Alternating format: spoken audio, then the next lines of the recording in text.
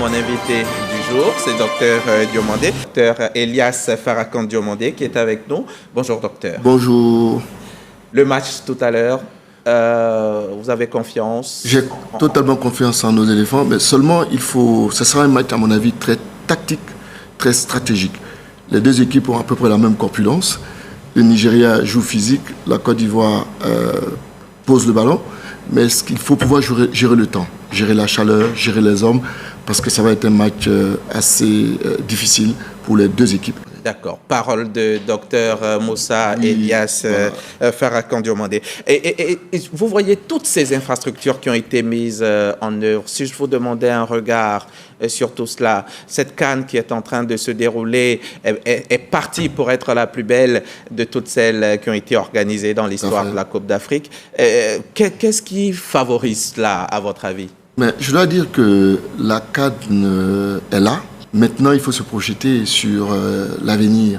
Nous avons 90% des infrastructures à notre disposition pour mettre en place une vraie économie du sport.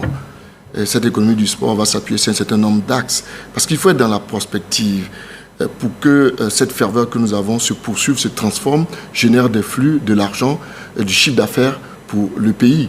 Et en ce moment, nous allons notre économie ne va pas se transformer, mais on va basculer dans une autre dimension. Et pour basculer dans cette dimension, il faut s'appuyer sur un certain nombre d'axes. Le premier axe, c'est ce que j'appelle les infrastructures. On a les infrastructures couvertes. Quel type d'infrastructure? Hôtelière, routière? Le sport est combiné au tourisme. Vous avez les nuitées, les activités diurnes. Vous avez le sport-spectacle que nous devons développer. Vous voyez, quand quelqu'un vient pour une activité sportive, vient avec sa famille, en même temps fait du tourisme à Korogo. Donc, c'est cette combinaison, il faut l'avoir après la CAN. Deuxième élément que je trouve important, il faut développer tout ce qui est activité sportive. Activité sportive, il y a les agences, il y a les équipementiers, il y a tous ceux qui font, qui travaillent sur la médecine du sport, les évacuations, les accidents. Donc, c'est tout un environnement, une buissonneuse qu'il faut mettre en place. Et à partir de ce moment, toute la Côte d'Ivoire sera influente. Elle sera influente et cette influence-là va s'appuyer sur l'influence culturelle de certaines personnalités, comme Drogba, comme Alpha Blondy, comme nos PME. Et à partir de ce moment, nous devenons influents dans le monde.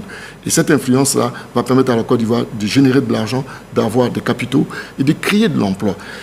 En termes d'emploi, les infrastructures vont nous permettre aussi, si nous arrivons à bien gérer, parce que tout est un problème de gestion, nous allons pouvoir créer de l'emploi, des métiers, une administration sportive. L'administration sportive, c'est la recherche. Je suis universitaire, c'est la recherche sur le sport, le développement, et puis tout ce qui est équipementier. Je porte des maillots, il faut que ces maillots soient fabriqués en Côte d'Ivoire, qu'on ait des usines, des t-shirts, et même des tapis, des lunettes, tout ce qu'il faut pour le sport. Et c'est tout ça qui fait partie, qui est appelé économie du sport. L'économie du sport, continuez à nous le développer encore. Alors, j'ai parlé d'infrastructures. Surtout, la Côte d'Ivoire doit comprendre qu'on a un vrai potentiel. Le gouvernement a fait des efforts pour construire, pour mettre en place tous ces éléments. Il est temps de les capitaliser, de rentabiliser ces investissements.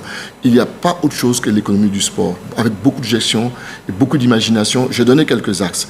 Rien que l'axe activité sportive, vous avez les équipementiers, vous avez les agences de publicité, vous avez les écoles de sport. Vous voyez, tout cet environnement, cette biocénose-là, si on arrive en nous appuyant sur notre secteur privé, on pourra financer le sport en Côte d'Ivoire, parce que le sport sera véritablement rentable.